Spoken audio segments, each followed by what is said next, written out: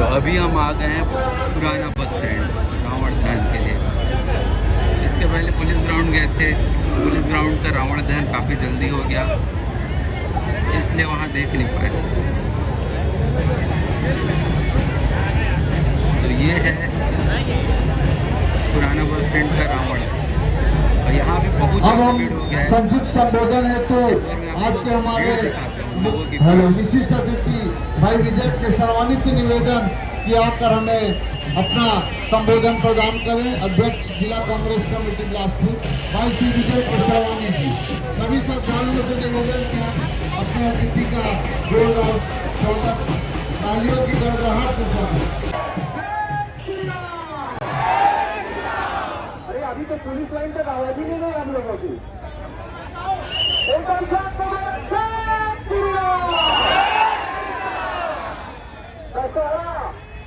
उत्तर committee bus stand के तत्वाधान में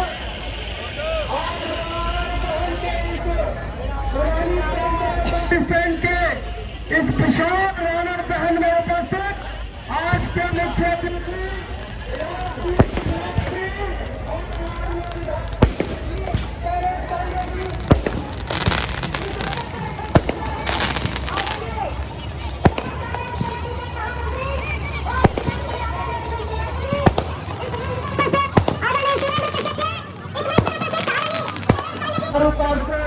यहाँ पर आए हमारे रामा सहित हमारी बहन यहाँ बैठी हुई है, हमारे एल्डरमैन और हमारे पड़ोसी, और सबसे ज्यादा जो बिलासपुर की जनता है जो आज बस स्टैंड के रावण में उपस्थित है, हम सभी आपका सबसे पहले आपको दशहरा की बधाई देते हैं। बस स्टैंड में रावण दहन का कार्यक्रम लगभग 2500 साल से भी ज्यादा समय से इस बस स्टैंड में रावण दहन का कार्यक्रम हुआ है।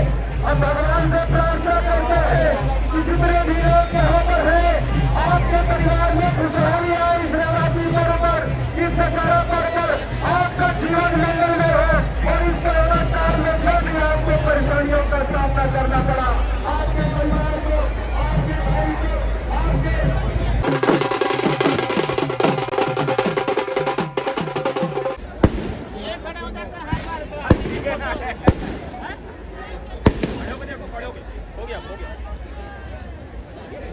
दशहरा उत्सव मनाया जा रहा है।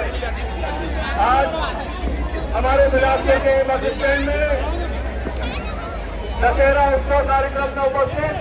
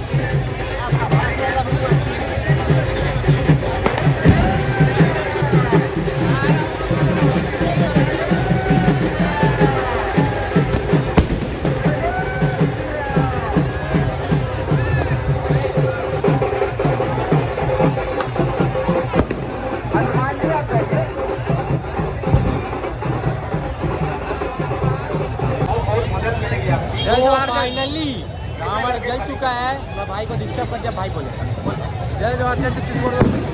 और मेरा नाम है रिंकू और मेरा यूट्यूब चैनल का नाम है रिंकू S11। और अभी मैं हूँ बस स्टैंड में और इधर रावण जल चुका है और देख सकते हैं प्रदीप भैया के साथ में हूँ और आयुष भैया भी है। तो रिंकू हमको मिला रावण दहन के टाइम और रिंकू का भी यूट्यूब पे चैनल है रिंकू S11 करके, तो उसको जाके सब्सक्राइब करो। जब महाकाल की कृपा से ठोक दो भाई को, जल्दी फेमस करो भाई, थोड़ा चैनल वालों को सब्सक्राइब करो। जो नहीं करेगा उसको रावण उसके घर में आ जाएगा। ऐसा